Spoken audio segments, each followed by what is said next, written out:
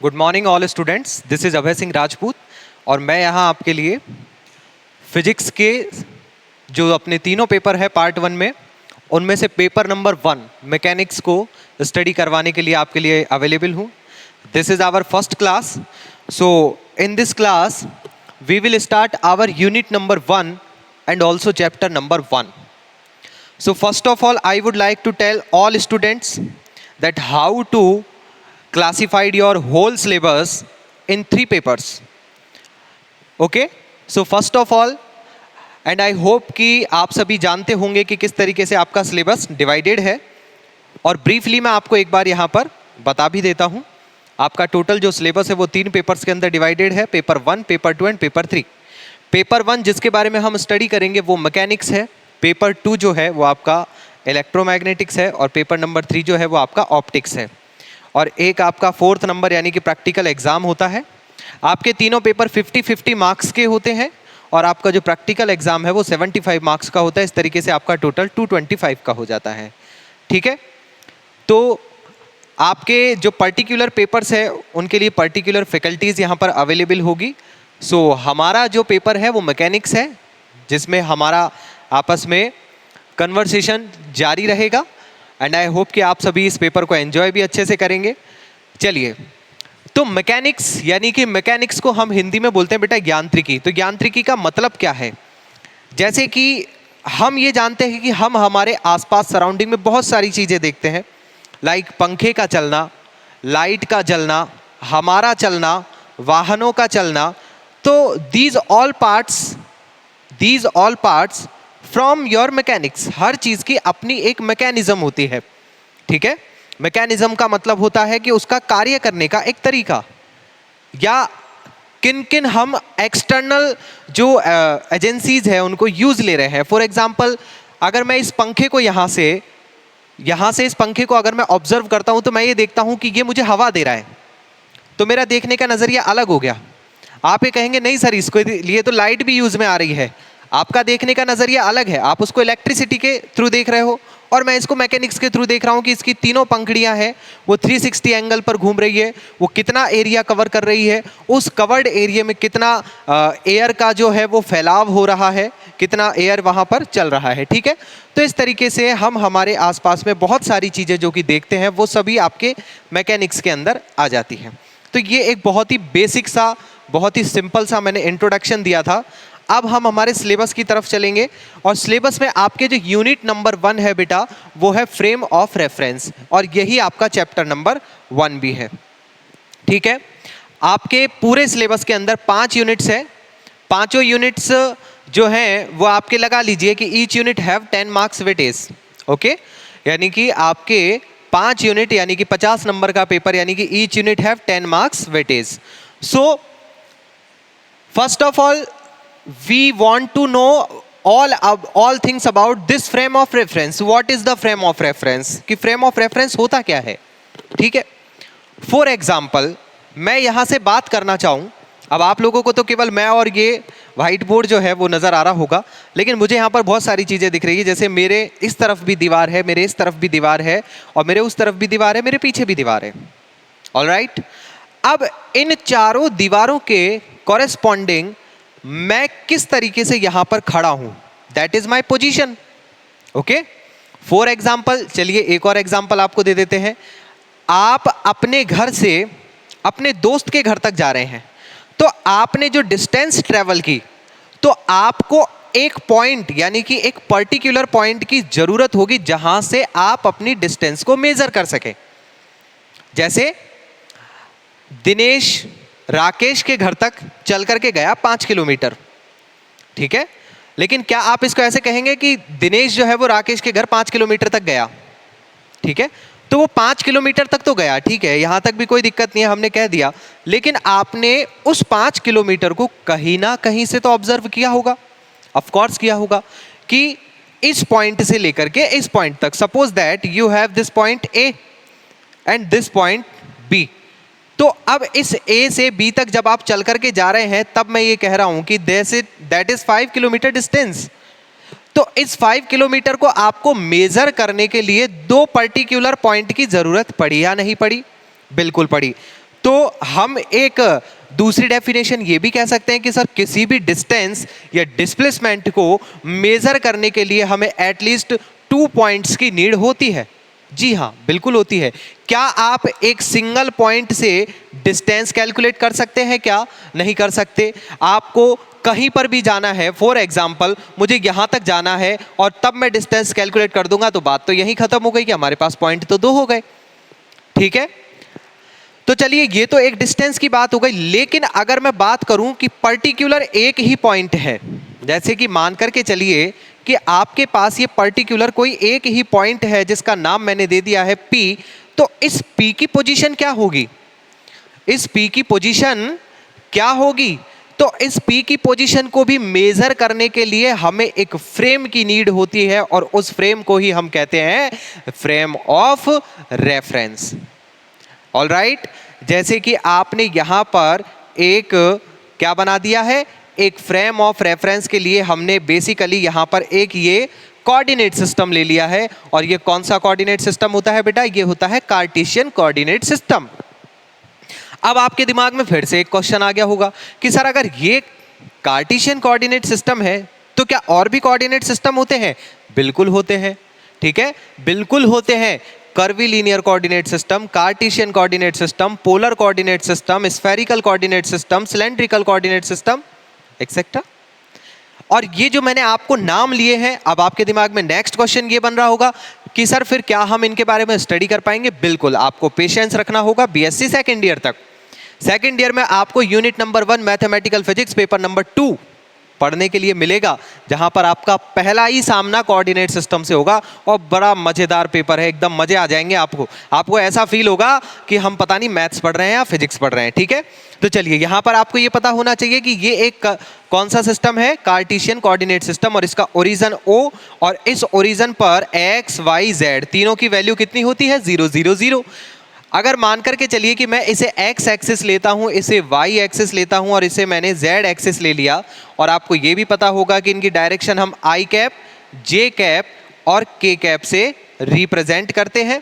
Alright, तो इसकी जो पर्टिकुलर पोजीशन होगी, ठीक है, यानी कि ये x हो गया और ये आपके पास y हो गया, तो इस z के लिए हम कैसे रिप्रेजेंट करेंगे? ठीक है, अब बिकॉज यहां पर अगर मैंने केवल इस तरीके से लिया है तो ये मैंने केवल x और y कोऑर्डिनेट लिए हैं। लेकिन सर इसमें हम z कोऑर्डिनेट कैसे रिप्रेजेंट करेंगे? तो आपको 3D इमेज बनानी पड़ेगी। कैसी इमेज बनानी पड़ेगी बच्चों? 3D इमेज बनानी पड़ेगी।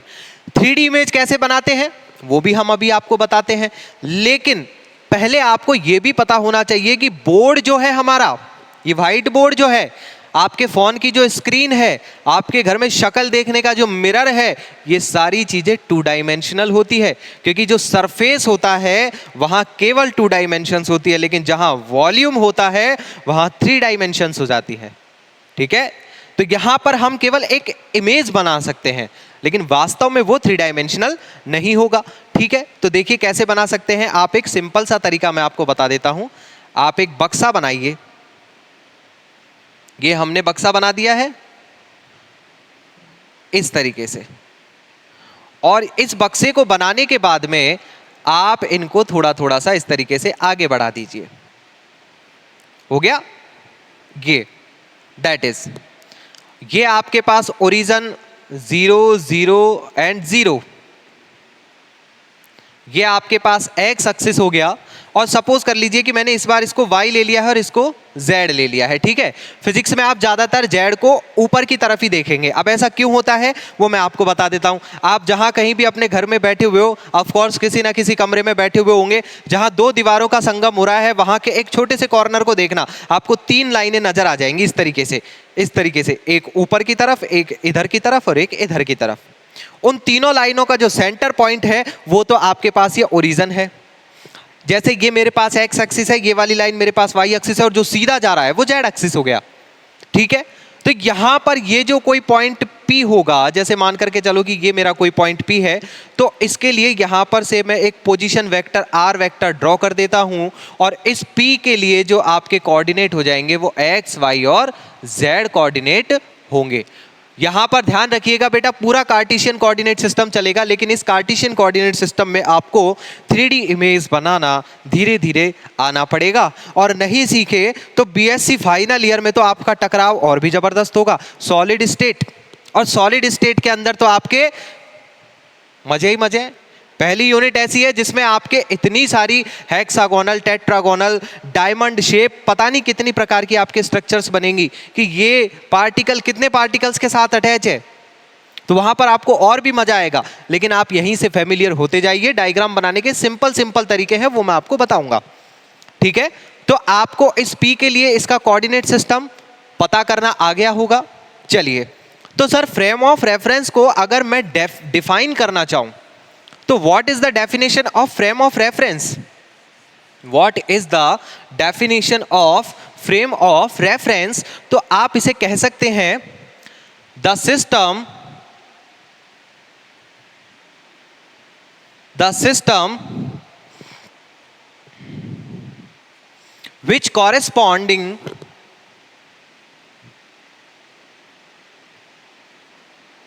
which corresponds we can tell about the position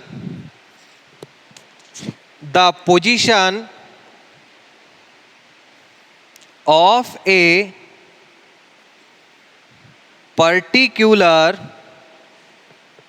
particle is known as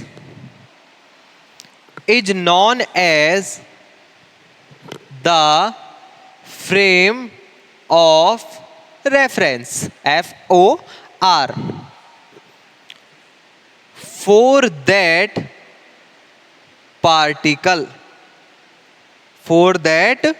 particle, आपके लिए ब्लैक व्हाइट बोर्ड पूरा कंप्लीटली दिख रहा है, एक बार मैं इसे चेक कर लेता हूं। यस, हाँ जी, थोड़ा सा हल्का सा इधर जा रहा है, कोई बात नहीं है। ये मैं डेफिनेशन आपको एक बार और रिपीट कर देता हूं। The system which corresponds we can tell about the position of a particular particle is known as frame of reference for that particle. Okay, now frame of reference, it can be a coordinate system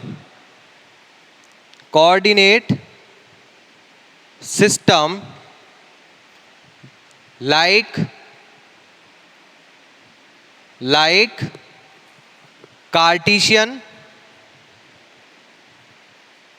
Cartesian coordinate system,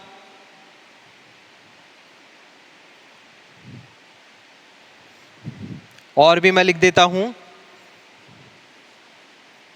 curvilinear coordinate system, polar coordinate system, spherical coordinate system और cylindrical coordinate system. ये हमारे पास coordinate systems के types होते हैं, जैसे कि curvilinear coordinate system, और आपके पास Cartesian coordinate system, polar coordinate system, ठीक है, spherical coordinate system and cylindrical coordinate system. लेकिन इस पेपर के अंदर हम फ्रेम ऑफ रेफरेंस के लिए बेसिकली जो यूज में लेते हैं वह आपके पास कार्टेशियन कोऑर्डिनेट सिस्टम होता है, ठीक है। तो यहाँ पर लिख देते हैं, in general we will use here to show the position for a particular particle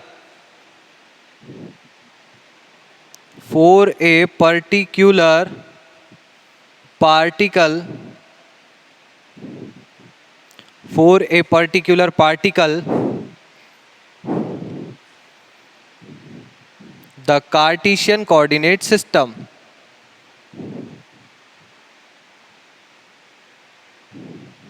Cartesian coordinate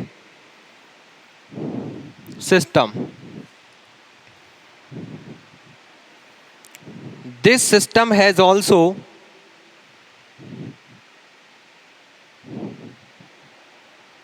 this system has also two types. एक होता है हमारे पास लेफ्ट हैंडेड और एक होता है आपके पास राइट हैंडेड. लेफ्ट हैंडेड कुछ इस प्रकार से होता है आपके पास. Alright, that is X axis, Y axis and Z axis. और जो राइट हैंडेड होता है वो इस प्रकार से होगा, X axis, Y axis and Z axis. तो यहाँ पर बस सिर्फ फर्क इतना सा है कि यहाँ पर हम राइट साइड में पार्टिकल की पोजीशन को रिप्रेजेंट करते हैं और यहाँ पर हम लेफ्ट साइड में पार्टिकल की पोजीशन को रिप्रेजेंट करते हैं. बट आपने ये देखा होगा कि हम कहीं पर भी 10th क्लास में या 12th क्लास में आप लोग पढ़ के आए हैं, किसी भी पार्टिकल की पोजीशन को हम जब रिप्रेजेंट करते हैं तो उसमें हम राइट साइड में ही करते हैं. जैसे ये आपके पास कोई भी पॉइंट पी हो गया तो आपने इसकी पोजीशन को जो रिप्रेजेंट करना है वो इस तरीके से आप लोग करेंगे. ऑलराइट, तो ये एक तरीका होता है. ठीक है, तो यहां पर आप लिख भी सकते हैं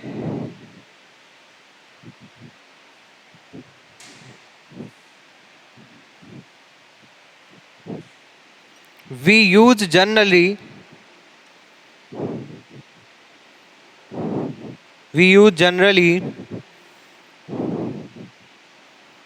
right-handed Cartesian coordinate system. ठीक है, we use generally right-handed Cartesian coordinate system. Now the next topic is position of a particle. Position of a particle. यहाँ तक का अगर आपको लिखना है तो आप वीडियो को पॉज करके उसका स्क्रीनशॉट ले सकते हैं या आप उसको लिख सकते हैं. नेक्स्ट पॉइंट आता है position of particle. To represent the position for a particle या for a point we have two methods. We have two methods या two ways. एक होता है आपके पास by position vector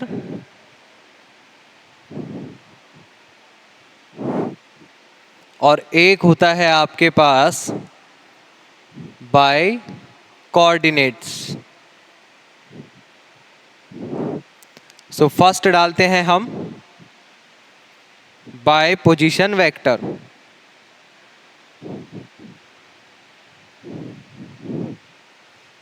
position vector से हम कैसे रिप्रेजेंट करते हैं,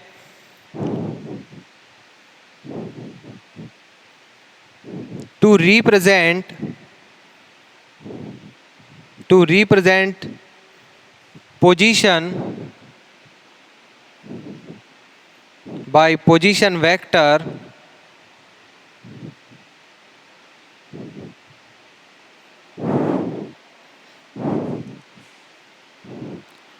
we draw a straight line.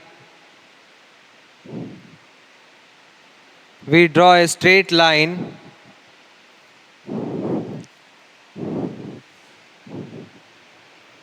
meeting with origin and the particular point. This straight line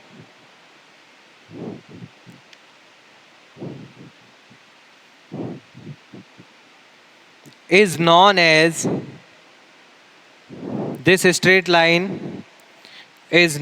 as position vector, it is represented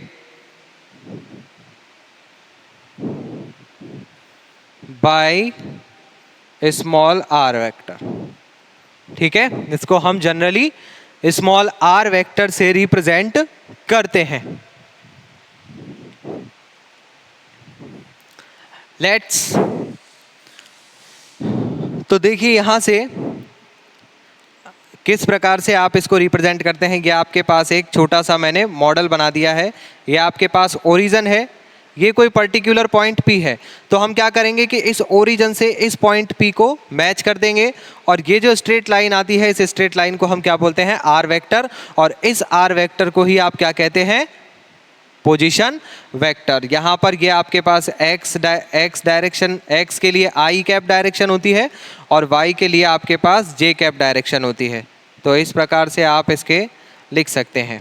तो यहाँ पर जो r वेक्टर की वैल्यू होती है, ठीक है, जो r वेक्टर की वैल्यू होती है उसको हम x i cap plus y j cap से रिप्रेजेंट कर सकते हैं। चलिए यहाँ तक ये वाली बात कंप्लीट हुई।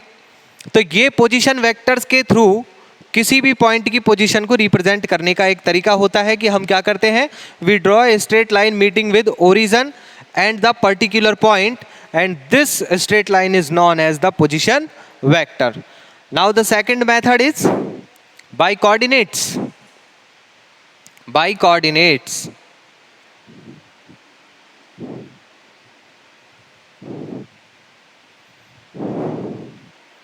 by coordinates, to represent the position by coordinates,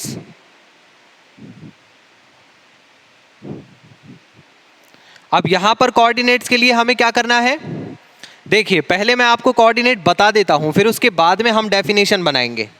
ठीक है, और डेफिनेशन में मैं आपको एक पर्सनल अपनी सलाह देना चाहूंगा, जितना हो सके उतना सिंपल लैंग्वेज यूज करते हुए आपके जो टेक्निकल वर्ड्स है आप उनको यूज कीजिए। ठीक है, सिंपल लैंग्वेज यूज लेनी है, ज़्यादा टिपिकल लैंग्वेज हमें यूज नहीं लेनी है।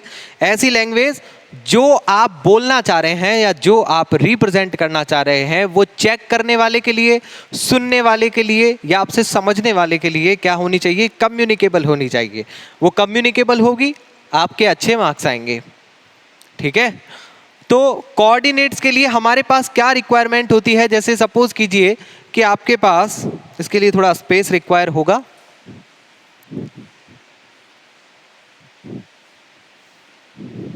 बाय कोऑर्डिनेट्स,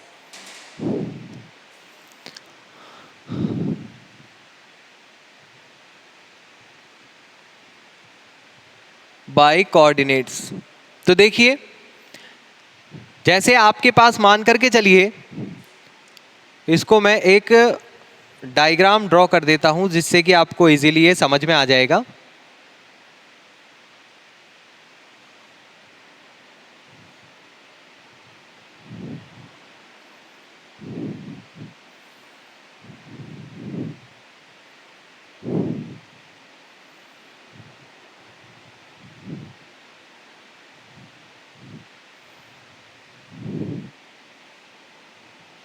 ये आपके पास ओरिजिन हो गया 0,0,0, ये हमारे पास एक्स एक्सिस हो गया, इसको हम z बोल देते हैं, और इसको हमने y ले लिया। इसके लिए डायरेक्शन हमने i कैप ले ली है, इसके लिए डायरेक्शन हमने k कैप ले लिया है, और इसके लिए हमने डायरेक्शन j कैप ले ली है।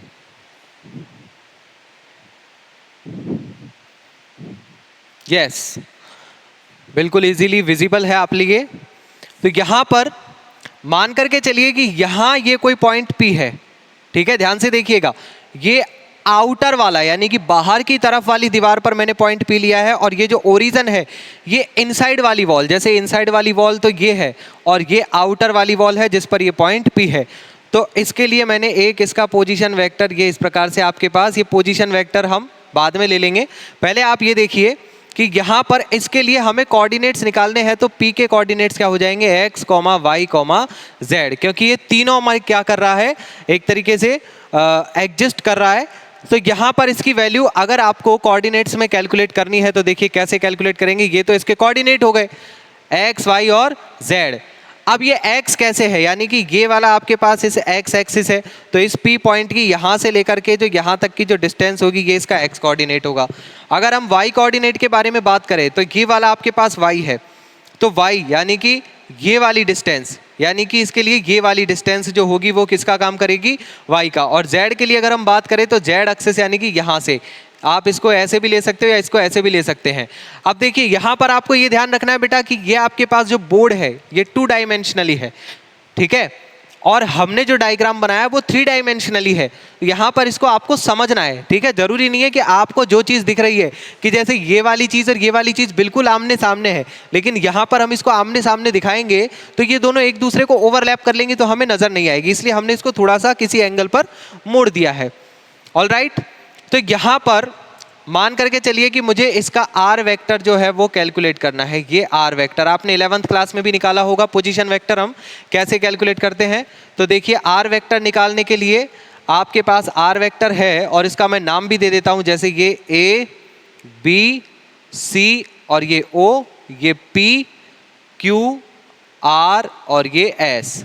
तो हमें ओपी वेक्टर चाहिए, ओपी वेक्टर, ठीक है, दैट इज इक्वेशन नंबर 1।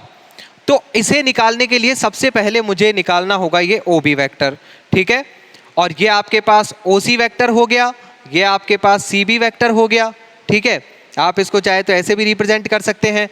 और यहाँ पर ये आपके पास कौन सा वेक्टर हो गया, ये आपके पास Z कैप की तरफ जा रहा है, तो ये इसी के पैरेलल होगा। तो मैंने सबसे पहले OB वेक्टर को कैलकुलेट किया, तो OB vector from vector addition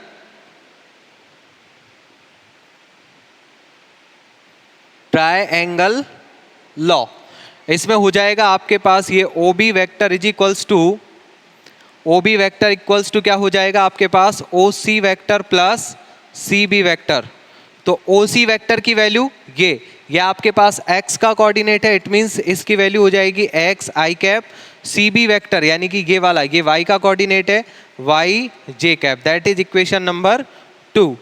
अब हमें यहाँ से देखिए आपको चाहिए नेक्स्ट OP वेक्टर, तो इसमें भी हम ट्रायंगल लॉ लगा देंगे, तो ये आपके पास एक ट्रायंगल बन रहा है, ठीक है, ये आपके पास एक क्या बन रहा है, ट्रायंगल बन रहा है। तो ये वाला ट्रायंगल ये हो जाएगा आपके पास OB vector plus OP vector. तो OB वेक्टर की वैल्यू हो जाएगी आपके पास x i cap plus y j cap, और OP वेक्टर जो हो जाएगा वो हो जाएगा आपके पास z k कैप, क्योंकि ये वाला इसके पैरेलल होगा।